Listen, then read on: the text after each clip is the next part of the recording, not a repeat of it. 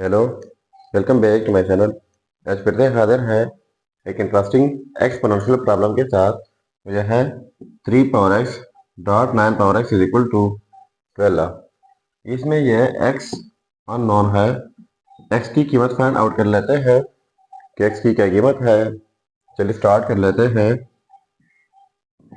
देखो 3 power x dot 9 की जगह लिख लेते हैं 3 power 2 whole power x is equal to 12। तो इनके लिए हमारे पास एक रूल है, तो यह है कि जब एक बेस के ऊपर दो पावर हो तो दोनों पावर आपस में प्रोडक्ट होते हैं। तो यहाँ पर 3 पावर एक्स डॉट 3 पावर, ये दो पावर हैं, तो ये दोनों पावर प्रोडक्ट करके 2x हो जाएगा इज इक्वल टू 12। अब इनके लिए एक और रूल है, वो यह है कि जब सेम बेसिस हो और इस तरह इनके ऊपर पावर्स हो और बीच में प्रोडक्ट हो तो इस सूरत में एक ही बेस लिखा जाता है और इनका पावर ऐड किया जाता है। ठीक हुआ। तो ये सेम बेसिस है 3 एंड 3, तो एक ही बेस हो जाएगा 3 और ये पावर ऐड हो जाएंगे x प्लस 2x इस रूल के मुताबिक। तो ये हो जाएगा 3x इज इक्वल टू 12। अब बोथ साइड्स लॉग लेते हैं। इस साइड से log 3 power 3x is equal to, फिर इस साइड से log लेना होगा 12। तो इनके लिए हमारे पास एक रूल है, वो ये है कि log a power x is equal to x log a। 3 power 3x है तो ये पावर पहले आ जाएगा, तो ये हो जाएगा 3x और साथ में हो जाएगा log 3 इस रूल के मुताबिक इज इक्वल टू log 12 की जगह लिख लेते हैं 3 क्रॉस 4। ठीक है। तो अब इनके लिए एक और रूल है, वो यह है कि log a cross b equal होता है log a plus log b। तो ये दो नंबर प्रोडक्ट में है, तो इस तरीके से इनको स्प्लिट कर लेते हैं। तो ये हो जाएगा 3x log 3 is equal to log 3 plus log 4। ठीक है। तो बोथ साइड्स डिवाइड कर लेते हैं log 3 से। इस साइड से डिवाइड बाई log 3, इस साइड से डिवाइड बाई log 3, ये कैंसिल आउट जाएंगे log 3, तो यहाँ पर जस्ट रह जाएगा 3x इज इक्वल टू। अब इस log 3 को स्प्लिट कर लेते हैं। तो कैसे स्प्लिट होगा, ये हो जाएगा log 3 डिवाइड में log 3, बीच में ये वाला प्लस है, फिर log 4 डिवाइड बाई log 3। तो ये log 3 और ये फिर से कैंसिल आउट जाएंगे, यहाँ पर रह जाएगा 3x इज इक्वल टू, इनकी जगह 1 हो जाएगा प्लस। अब ये log 4 डिवाइड बाई log 3 है, तो इनके लिए भी एक रूल है, तो यह है log to the base a argument b equal होता है log b बाई a। तो इस फॉर्म में मौजूद है, तो इस तरीके से इनको हम लिख सकते हैं। तो पहले इनके लिए एक ही log हो जाएगा। अब log 3 है तो यहाँ पर log a, तो a बेस की जगह है तो 3 बेस की जगह आ जाएगा। अब log 4 है यानी log b, तो b आर्गुमेंट की जगह है तो यहाँ पर 4 आर्गुमेंट की जगह आ जाएगा।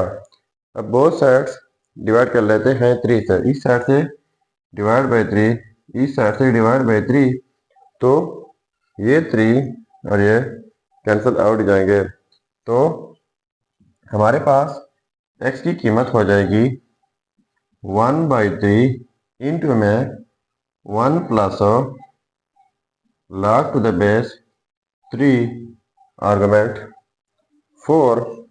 तो यह रहा हमारा फाइनल रिजल्ट। अब अगर इसी रिजल्ट को हम वेरीफाई करना चाहें कि बाकी ये रिजल्ट ठीक है या गलत है, तो यहाँ पर मेन प्रॉब्लम में x की जगह ये रिजल्ट पुट करके अगर ये 12 के इक्वल आता है तो रिजल्ट ठीक होगा। चलिए अब हम इनका वेरिफिकेशन कर लेते हैं। देखो ये है रिजल्ट। अब हम इनका वेरिफिकेशन कर लेते हैं। तो वेरिफिकेशन 3 पावर x, तो x की जगह ये रिजल्ट 1/3 इंटू में 1 प्लस और log to the base 3 argument 4 dot 9 power x, तो x की जगह 1/3 इंटू में 1 plus log to the base 3 argument 4 is equal to 12। तो देखो ये कितना डिफिकल्ट लग रहा है। इनको हमने सिंप्लीफाई करना है और 12 की इक्वल प्रूव करना है, तो एंड तक देख लीजिएगा। तो देखो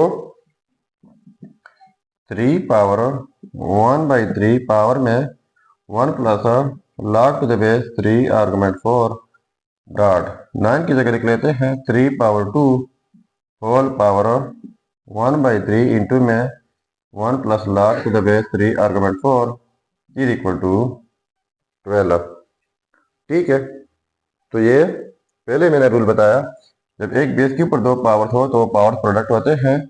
तो यहाँ पर ये 2 जो है ये इनके साथ प्रोडक्ट में है। जब प्रोडक्ट में है तो यहाँ पर हम लिख सकते हैं 2/3। ठीक है, तो देखो यहाँ पर ये सेम बेसिस है तो हम एक ही बेस लिख लेंगे 3 और ये पावर जो है ऐड हो जाएंगे। जब ऐड करेंगे तो 1/3 ये कॉमन हो जाएगा और ये फ्रैक्शन जो है 1/3 प्लस 2/3 और ये कॉमन हो जाएगा, ये सेम है। तो 1 plus log to the base 3 argument 4 is equal to 12। ठीक है, तो 3 पावर में 1 प्लस 2 3 हो जाएगा, 3/3 1 हो जाएगा, तो जस्ट ये रह जाएगा 1 plus log to the base 3 argument 4 is equal to 12।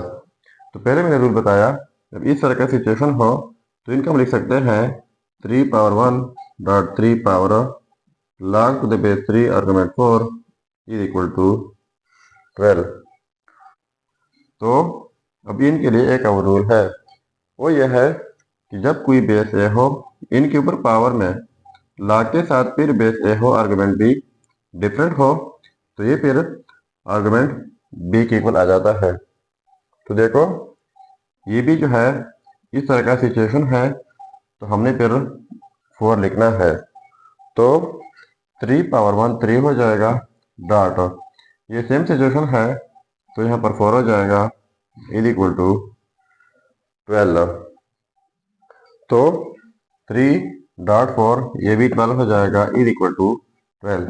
तो देखो ये आपस में सेम आ गए, तो इसका मतलब ये हुआ कि ये वाला रिजल्ट जो है ये 100% ठीक है। तो ये था हमारा प्रॉब्लम।